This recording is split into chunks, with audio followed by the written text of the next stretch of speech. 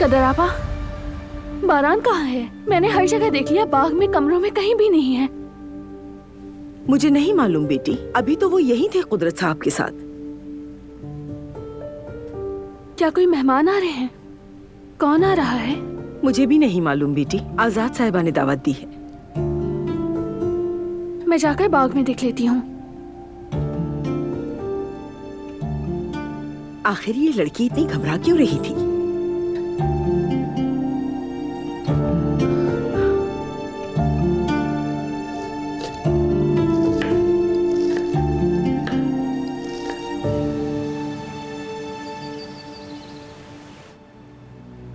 हाँ तुर्गुत, बोलो, मैं सुन रहा हूं। मैं क्या बोलूं आगा? मुझ पर गोली क्यों चलाई, ये पूछ रहा हूं। माफ कर दें आगा, मुझे शैतान ने वरगला दिया था, कुछ समझ नहीं आ रहा था, माफ कर दें। और हम तुम्हारी चोरियां भी बर्दाश्त करते रहे। आप अपनी जगह बिल्कुल ठीक है आगा। यानी कि अब तुम झूठ भी बोलने लगे? कसम से मैं झूठ नहीं बोल रहा आगा।